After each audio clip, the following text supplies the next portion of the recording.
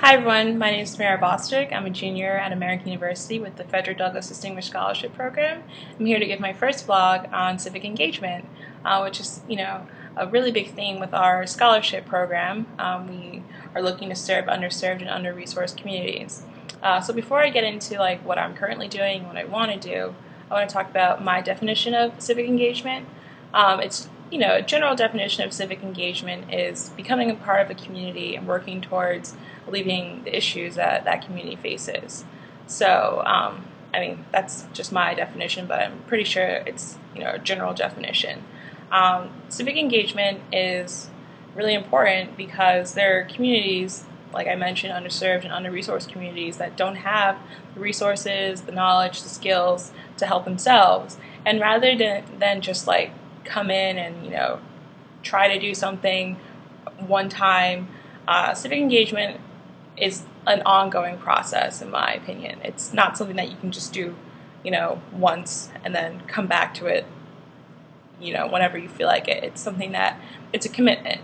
So I think it's important for especially young people to become part of their communities or the communities that they're currently residing in, such as college students, and understand the issues that people in those communities face, whether it be homelessness or public health, and really get to understand and try to relate it back to themselves. I think that when you relate it to how it would affect you, it makes it more urgent for you. So yeah, it's definitely needed, and it's a great thing. I think everyone should do it, regardless of your age. So now I want to talk about my civic engagement. I guess, as far as elementary school, I've always been doing some form of civic engagement. In elementary school, it was planning or participating in food drives and stuff like that. And high school, it became more, I was a part of Key Club, which is affiliated with the Kiwanis International.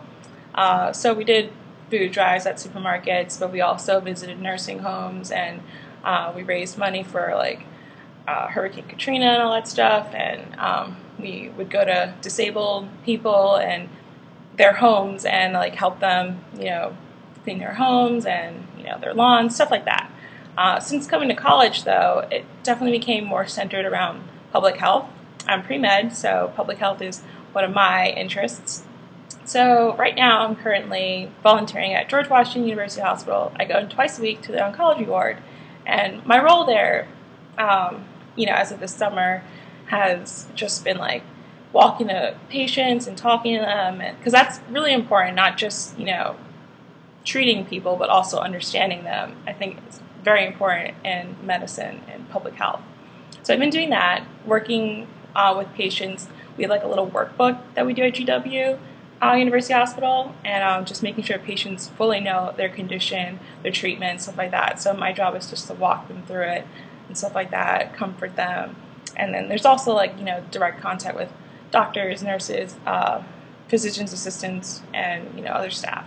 So that's that. And the other type of civic engagement, the other main type that I'm doing right now, is a nonprofit organization called Peer Health Exchange. And Peer Health Exchange, they train college students to teach health workshops to ninth graders in several cities across the United States. So in DC, obviously we're helping DC students. So my topic is decision making, and it starts out with health and how you can apply the skills to make healthy decisions that affect different things like alcohol and pregnancy prevention, stuff like that. So that's what I'm currently doing. But I'm realizing I'm junior and I'm not as tied to my community or the greater Washington, D.C. community, as tied as I would like to be. So I feel like it's something that I definitely want to do, is become more tied and understand more about the issues that are directly affecting D.C. residents.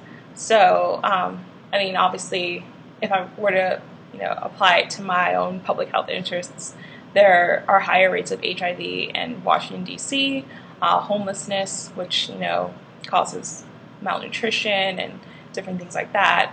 So that's important, but I also don't want to turn my back on other issues that I can possibly help out with.